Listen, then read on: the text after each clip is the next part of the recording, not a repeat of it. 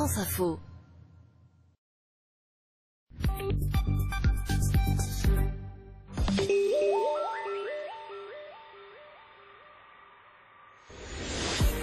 En 2017, selon l'Organisation mondiale de la santé, une personne sur 10 sur Terre n'a pas accès à l'eau potable.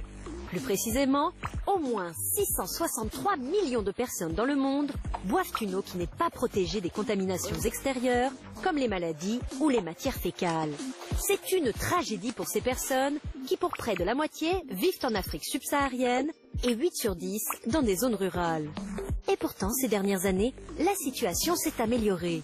Selon les derniers chiffres de l'OMS, en 2015, 91% de la population mondiale avait accès à ce que les scientifiques appellent des sources améliorées d'eau potable, contre seulement 76% 25 ans plus tôt.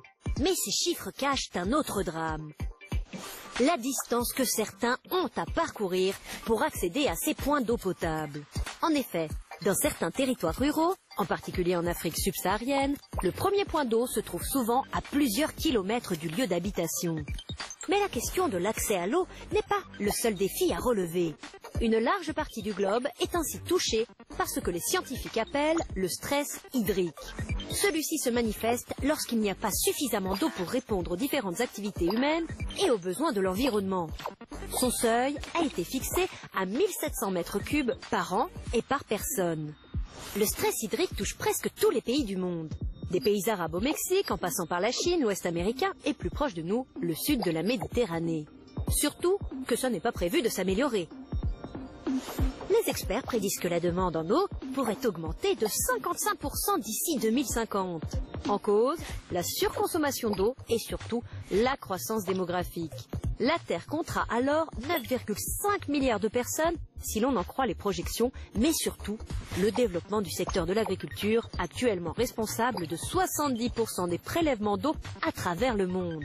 Si rien n'est fait, la consommation d'eau pour l'agriculture devrait augmenter d'encore environ 20% dans le monde d'ici 2050.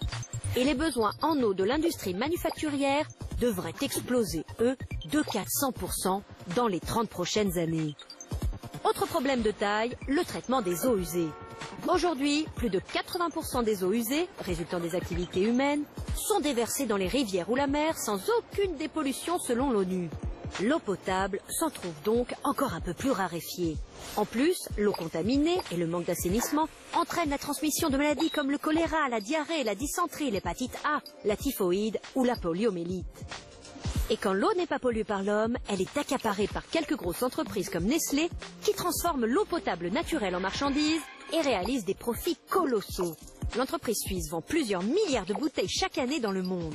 Une aberration qui pousse des communautés et des ONG à se révolter contre l'appropriation des ressources locales par les multinationales qui mettent l'eau en bouteille. Pour eux, l'eau n'est pas privatisable. Elle est un patrimoine commun de l'humanité.